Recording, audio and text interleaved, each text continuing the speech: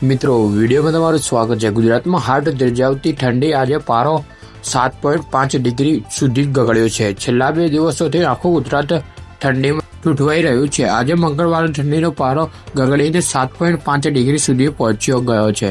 રાજ્યમાં સૌથી વધુ ઠંડી નોંધાઈ છે તો કચ્છના નીલિયામાં ઉત્તર અને ઉત્તર પૂર્વ દિશાથી વહેતા હિમ પવને ઠંડીનો તીવ્ર ચમકારો આવ્યો છે અને સમગ્ર રાજ્ય કામી ઠંડીનો પરડામાં આવ્યો છે।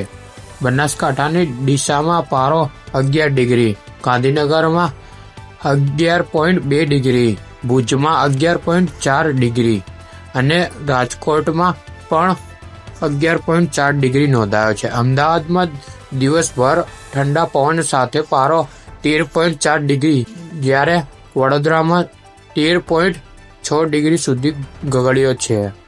તો મિત્રો તમારું શું કહેવું છે તમે કોમેન્ટમાં બતાવી શકો છો। આજના વિડીયોમાં બસ આટલું। તમને વિડીયો ગમે તો લાઈક અને સબસ્ક્રાઈબ કરી દેજો।